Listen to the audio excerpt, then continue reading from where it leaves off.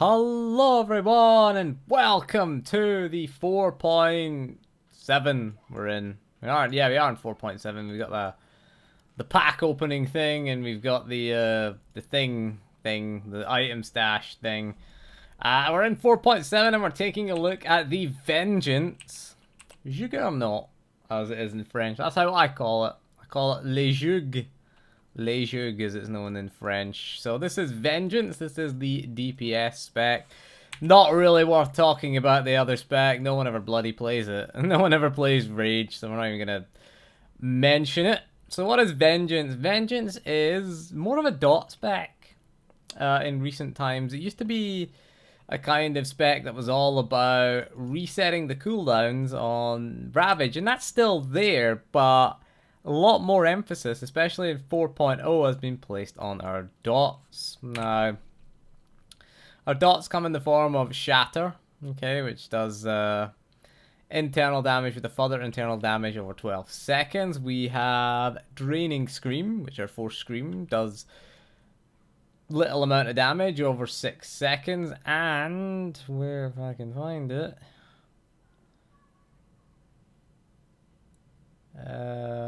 shit, where is it? Impale is our next one. What the bloody hell is that talent that gives us Impale? Reduces the cooldown of Impale. There it is. Impales the target. There it is. Impale causes Eviscerate. Impale causes the target to bleed as well. So you get your Impale, Shatter, and your Scream. Okay, these are your three main dots, really. You've also got your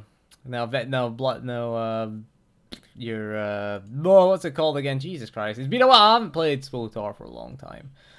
Vengeful Slam, that's it. That doesn't do a dot on it. That's your dot spread, really, should I point out.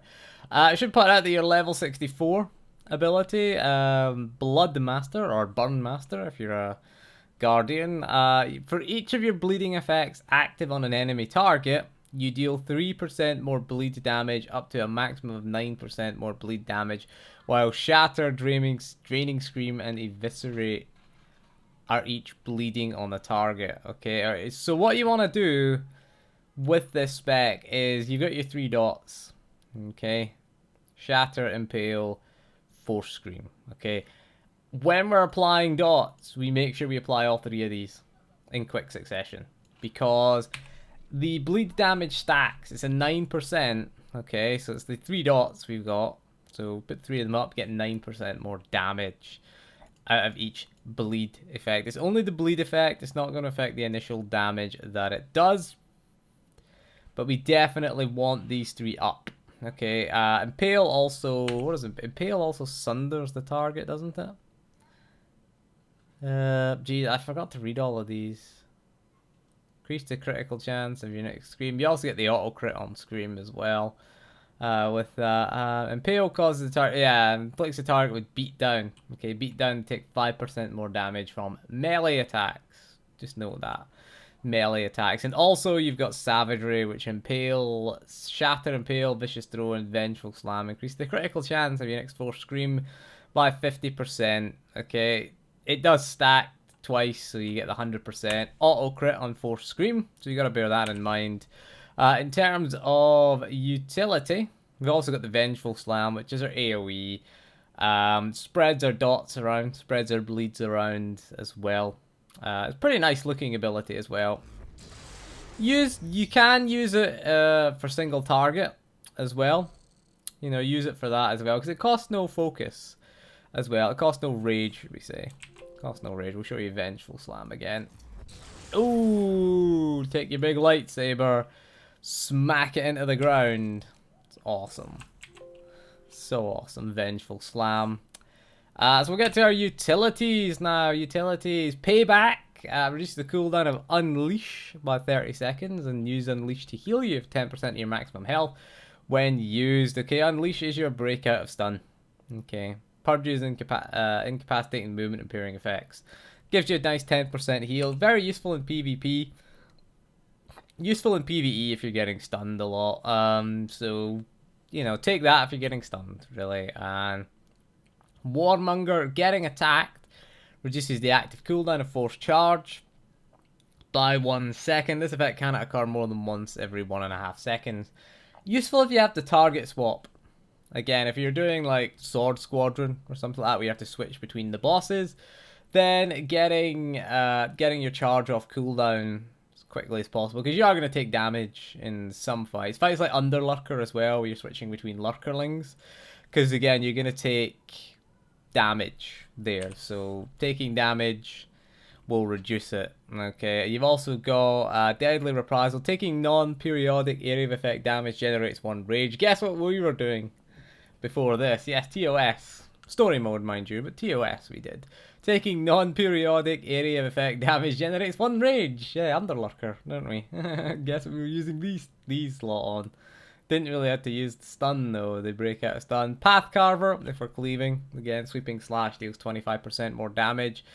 Should put out that Sweeping Slash does deal 25% more damage to bleeding targets as well. So it does stack nicely with this. Your Sweeping Slash will do a nice bit of damage. And bear in mind, you can use your Vengeful Slam to spread bleed effects. You can do some nice cleave with this spec as well. Force Charge, Force Charge grants you Unstoppable, granting immunity to movement impairing effects and effects that push or pull you around for 4 seconds. Not really worth taking, because you kind of get this one, okay, which is Brawn. While in Shen form, Force Charge grants Brawn, granting immunity to interrupts, stuns, knockdowns, and incapacitating effects for 4 seconds.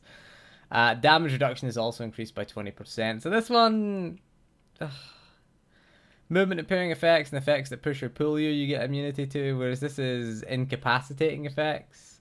And I guess if you're getting pushed and pulled around a lot, you could take Unstoppable, but as a DPS, not really.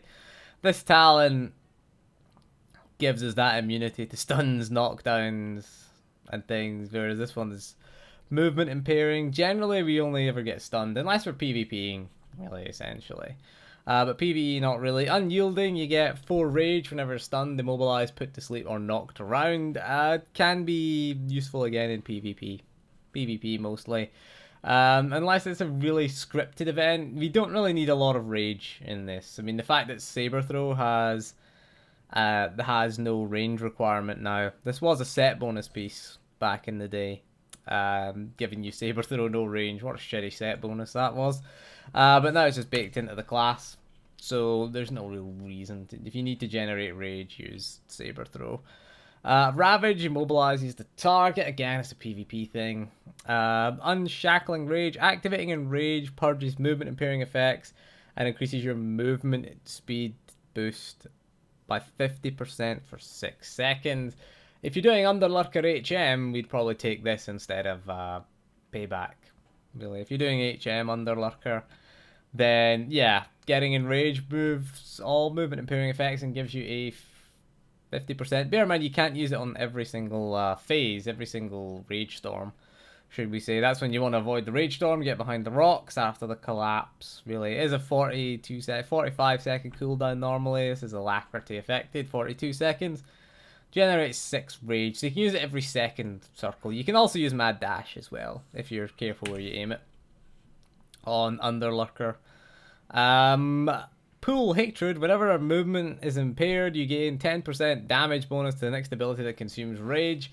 This can stack up to 5 times in the last 15 seconds. Use it on Underlurker HM. Can be quite useful, actually, on Lurker HM. Because, again, movement impairing. We were doing Lurker story mode. I did in a pug, so that's why I had that's why I didn't take it. So you don't get the movement impairing effect, so you don't need these two. Fights again where your movement impair is being affected, and PvP, useful. Oppressor, Force Charge, Crushing Blow, Impale, Obliterate, and Intercede. Mad Dash grant Oppressor, which makes your next Chilling Scream consume no rage and act within half a second of the global cooldown. Nah, not really for PvE. More of a PvP thing. Crushing Fist for the Immortal Discipline. It Smash slows the target for Vengeance. And Rage Discipline, Smash and Vengeful Slam sunders the target's armor. I don't know why I took this for, to be honest with you, because it is kind of useful for AoEing, if we're kind of AoEing things. But other than that, kind kind of useless. I don't know. I think I must have respec after finishing that, because that was yesterday I did this story mode. I must have respec because I wouldn't have picked those two. Sonic Wall is the mandatory go-to. Okay, threatening scream protects all allies within range, excluding yourself, granting Sonic Wall, absorbs a moderate amount of damage, lasts 10 seconds. It is a nice little shield for everybody else in the raid. It is mandatory if you're raiding. Doesn't protect yourself, but again, it is your AoE taunt threatening scream, but it will not. It works as a threat dump if you're not in Ceresu form, which you won't be. You'll be in Shen form. In Vengeance spec, you do get that. There it is. It's a level 42 ability. Shen form. We've got Strangulate, reduces the cooldown of Choke by 15 seconds. It's not really that useful in PvE. It's very rarely, maybe Revenite Commanders, maybe you might want to choke and stun something. Bear in mind you have to stand, do you still have to stand still while choking something? Yeah, you have to stand. No, that was Channel Hatred. Oh no, you can move around while choking. No, you can move around while choking someone now. Interesting, interesting. I don't know, because I haven't played this for a long time. Chilling Scream increases the movement speed of all allies. Chilling Scream increases the movement speed all allies within 8 meters, including yourself. 50% for 8 seconds. It's kind of like the Sentinel's one. Again, emboldening Scream. Can be useful. Again, Underlurker, movement impairing effects. Anything movement impairing, I'm going to say Underlurker HM, because that's the one where you get most of the movement impairing effects. And it's the one. There are other fights in the game where you have to have movement speed. Fights like Master Blaster, you want movement speed there for that as well. Particularly not only if you're a melee DPS, more if you're a tank, but buffing the movement speed of allies around you is can be useful there. Seething Hatred for leveling. When you exit combat, the active cooldown of Force Charge, Enrage, Saber Throw is reduced by 100%. For doing flashpoints and for doing leveling, this is very, very useful. Particularly if you can buff allies' movement speeds there with Enrage. Basically, it just reduces the cooldown. It removes the cooldown of all of your rage generators by 100%. Useful for flashpoints, useful for leveling, not so useful in raiding. Warbringer, Force Charge enables Vicious Throw to be used against target of any percentage health. If you're getting bad RNG, you can pick this, but honestly, you've already got a proc on it. Okay, Destroyer. Okay, damage dealt by your bleeding effects. I say Ravage. What does it say? Ravage Blade. A 30% chance to trigger Destroyer, which finishes the cooldown on your Vicious Throw and makes your next Vicious Throw. Consume no rage. Usable on a target of any health. So I wouldn't really bother taking this. We'll redo this again. We'll just do this for general questing. Pick that one and pick that one. I'll pick that one for general questing. Really, there's no real choice in the heroic one, to be honest with you. Really, Force Charge finishes the cooldown on Disruption. Saber Reflect lasts 2 seconds longer. As a tank, this is mandatory. As a DPS, not so much this one. This one really is mandatory though. Just the cooldown of Enraged Defense by 30 seconds. It's quite nice. Enraged Defense will provide you with a little heal. It's good if you're taking constant periodic damage. You know, like again, Underlurker. We always mention bloody Underlurker, don't we? It's the one where constant damage pulses out. It's quite good for a Juggernaut Underlurker, I should point out. There's very few fights in the game that benefit us. Titan 6 as well. You take constant damage. You get below 70% health. You pop Enraged Defense. And there you go. You've got yourself a nice little heal there. And getting it off cooldown quicker just reduces it from a 2-minute cooldown to a 90-second cooldown. You've also got Intercessor. Reduce the cooldown of Intercede by 5 seconds and reduce the threat and damage taken to 10% at each friendly target of Intercede. Or for the friendly target of Intercede. Intercede can be useful for getting out of stuff, okay? You leap to a friendly target. Useful for getting out of stuff.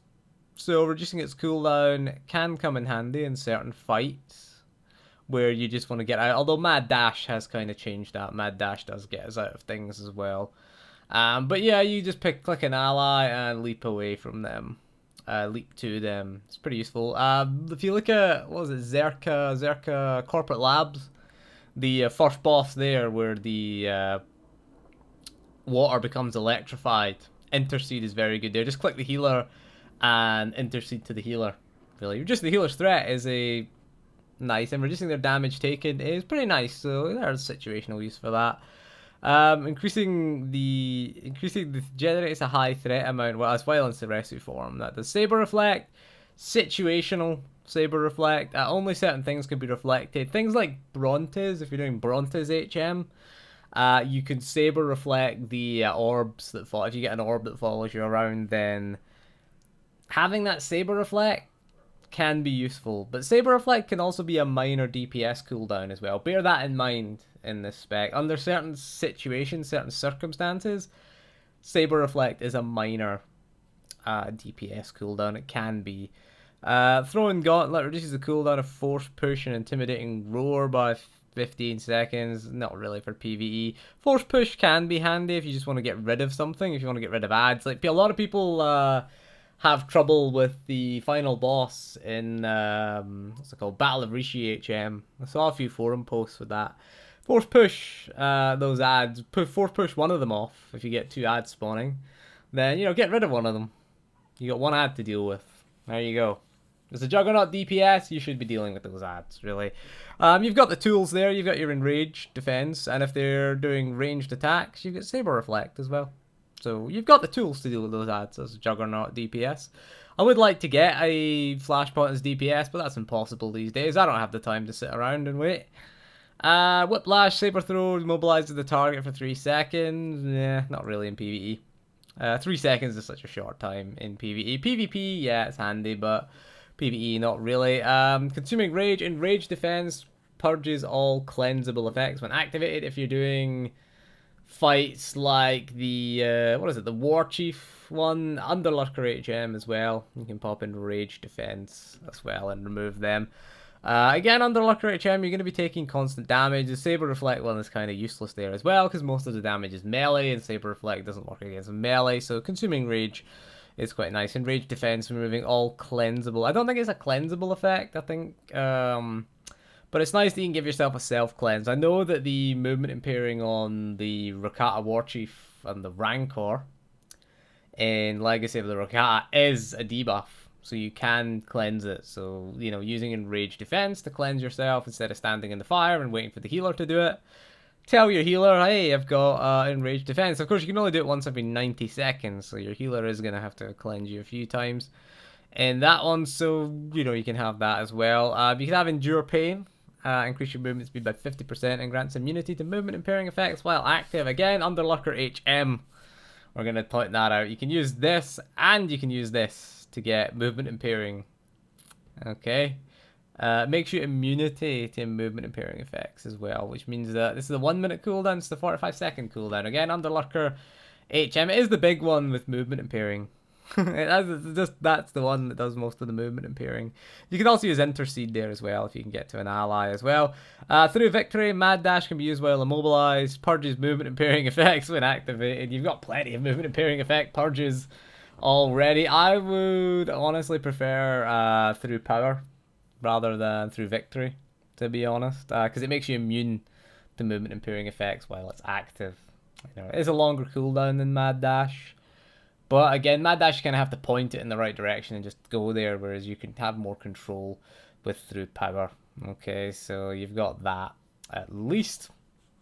Plenty of options, plenty of mobility options now. If you notice, the Juggernaut lacked mobility before, and if you see, most of these utilities are mobility gains in some way. Okay, so if you need the mobility, on those fights where you need mobility, the Juggernaut's mobility gains, plenty of options. Pick the one that you want, really. In terms of gearing your Juggernaut, as the French say, gearing is, this is an alacrity spec, okay?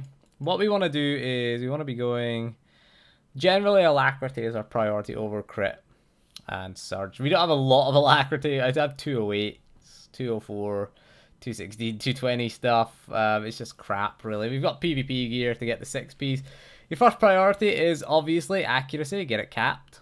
Okay, 110. We're a bit over on the accuracy, but things will work out better when we get rid of at least one of these implants and get all augments in here. I'm not augmenting 208. It's a waste of money. Augmenting 208. That's why we've got one accuracy implant in there. So it's a waste of time and waste of credits to augment 208, in my opinion. These are all just 208s. Waste of money. Really, we have done EVHM in this one. No problems. We did. But yeah, your priority is cap your accuracy. So this will get dropped, and probably you see how many of these we need to augment to get 110. You can see alacrity is the stat that we want. We want to get those dots up fast, okay? Because some of them tick really, really fast, okay? 12 seconds. Impale's only an 8-second dot, and I think that's Force Scream's only, I think, an 8-second dot as well. Where are we with Scream? 6-second dot for Impale. Scream is a 6-second dot as well. You can see how quick these dots are. So of course we want to get these 3 dots up quickly. We want to get Ravage channeling as quickly as possible, and then we want to reset the cooldown of Ravage and get Ravage back up again. Get our 3 dots back up again.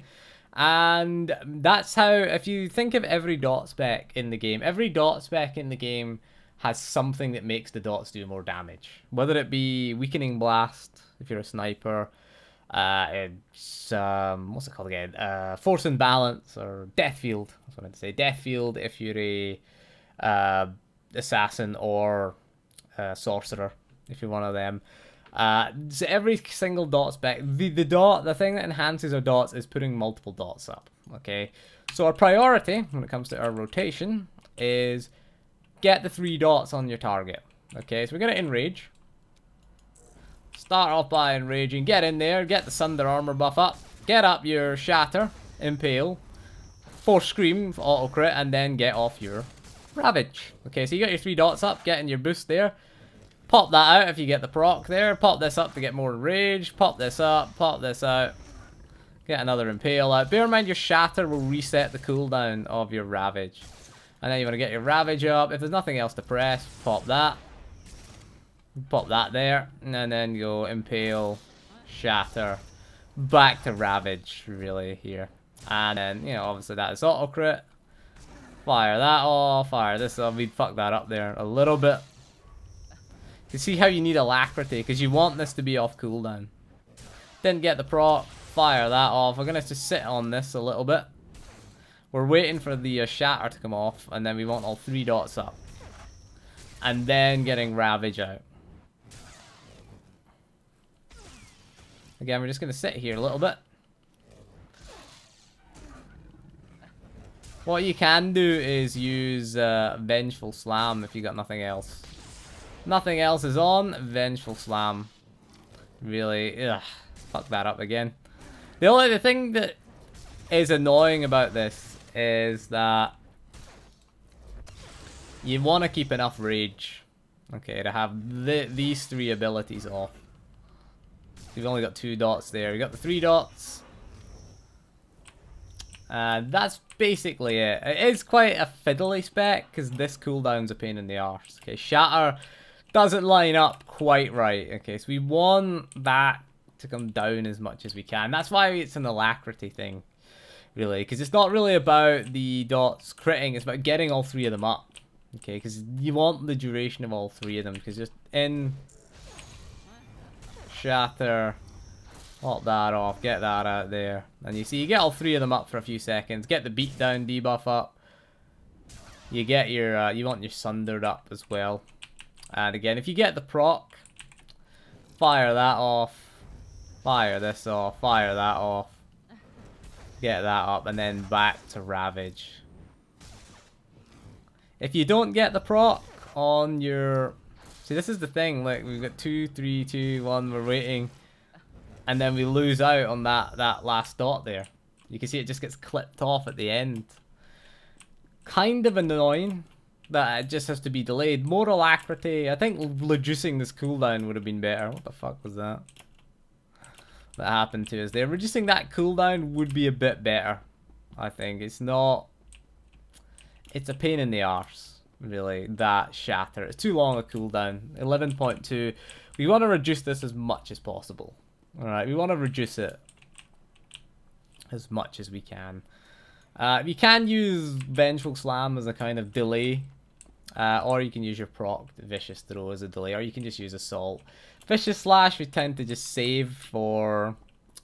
We want to make sure we have enough rage to hit them. You can use Saber Throw as well if you don't have enough rage. In terms of AoE, fairly simple. It's fairly similar to your single target. Put all 3 dots up and then Vengeful Slam to spread them and then just hit your Sweeping Slash. So yeah, you get in there. Put our dots up. Get all 3 dots up. Get our Vengeful Slam out to spread them, and then it's just a case of spamming this. And make sure you get your rage back, and then put all 3 dots up again.